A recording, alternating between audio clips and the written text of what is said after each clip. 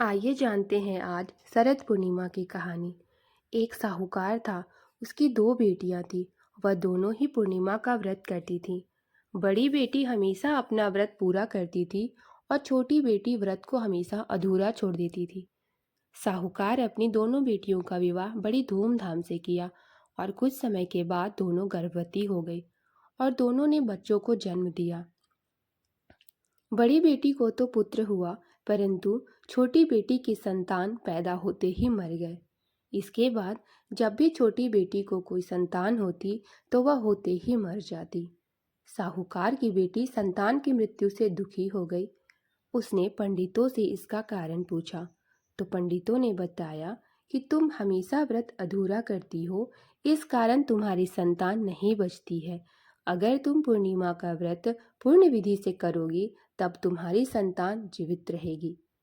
उसने पंडितों के कहे अनुसार पूर्णिमा का व्रत विधि पूर्वक किया।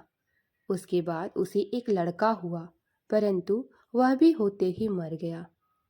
उसने अपने मरे हुए लड़के को एक पट्टे पर लेटा दिया और उसे चादर उड़ा दी और फिर वह अपनी बड़ी बहन के पास गई और उसे बुला लाई। उसकी बहन जैसे ही उसके घर आई, उसने अपनी बहन को बैठने के लिए वही पट्टा दे दिया। बहन जैसे ही पट्टे पर बैठने लगी तो उसका घाघरा उस बच्चे को छू गया। घाघरा छूते ही वह बच्चा जीवित हो उठा और रोने लगा। तब उसकी बड़ी बहन बोली, तुम मुझ पर कलंक लगाना चाहती थी, मेरे बैठने से तेरा बच्चा मर जाता तो।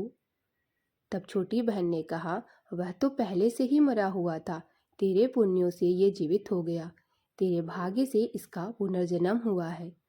बच्चे की आवाज़ सुनकर छोटी बहन बहुत प्रसन्न हुई और बड़ी बहन से कहा, तुम व्रत पूरा करती थी और मैं अधूरा, इसलिए तेरे ऊपर हमेशा भगवान की कृपा रही और मेरे अधूरे व्रत करने के कारण मुझे दोष लगा और मेरी संतान कभी भी जीवित नहीं रहती थी।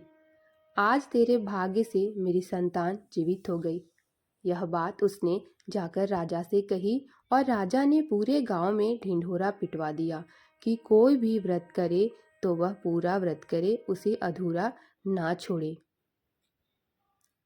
तो यह थी शरद पूर्णिमा की कथा। अगर आपको यह कहानी अच्छी लगी हो तो आप मुझे कमेंट करके ज़रूर बताएं और साथ ही मेरे चैनल को सब्सक्राइब करना न भूलें। वीडियो को देखने के लिए आपका धन्यवाद।